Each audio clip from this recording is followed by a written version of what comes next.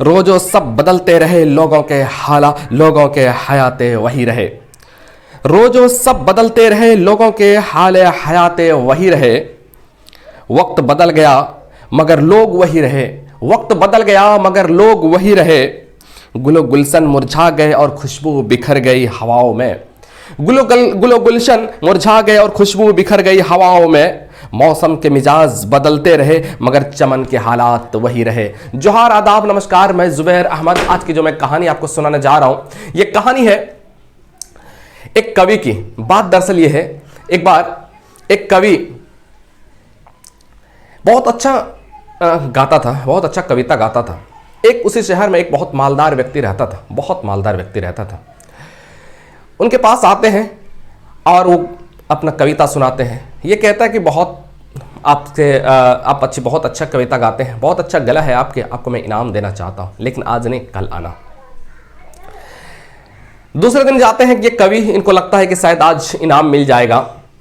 दूसरे दिन जाते हैं और जाने के बाद जैसे ही वो अमीर व्यक्ति देखता है उस व्यक्ति को, उस कवि को, तो कहता है कि मैंने बुलाया और आप मेरे दरबार में आए हैं, मेरे दरवाजे पर आए हैं, तो ये मैं बहुत खुशी हूँ, बहुत खुश हूँ, मैं बहुत खुश हूँ। और आपने कविता कहा और मैं खुश हुआ, और आपको बुलाया तो मैं खुश हुआ। अब इनाम नहीं दे सकता। निराश हो गया, निराश हो गया। निराश होकर कवि, और क्यों ना निराश हो, बुला करके कोई इस तरह से अगर कहे तो क्यों नहीं कोई निराश होगा। वापस जाते हैं और कुछ दिन के बाद बिरबल से ये सब सारी डिस्कस करते हैं, सारी चर्चाएं करते हैं, ऐसी ऐसी कैसे कैसे जो सारी बातें हुई थी, सारी बात को बताते एक एक करके बिरबल से। और बिरबल कहते हैं कोई बात नहीं, चिंता नहीं करना है, हम इसका उपाय निकालेंगे। हुआ ये कि कहा कि एक दिन बनाओ, उस दिन में भोज करना है उस दिन, और हम भी रहेंगे और उस अमीर व्यक्ति को भी बुलाओ। ऐसा ही होता है, भोज के नाम पर बुलाया जाता है उनको। वो व्यक्ति पहुंचते हैं, टाइम तय किया गया था, दिन तय था, टाइम मुकर्रर था। उस टाइम तक, उस वक्त तक पहुंचते हैं और बिरबल वहां से मौजूद था और बहुत से कुछ लोग थे। आपस में सब डिस्कस कर रहे थे, बातचीत कर रहे थे। अब ये इसका सब्र का बांध टूटा जा रहा था। अब ये सोच रहा था कि शायद किसी टाइम कोई कुछ तो खाने के लिए कब कहेगा।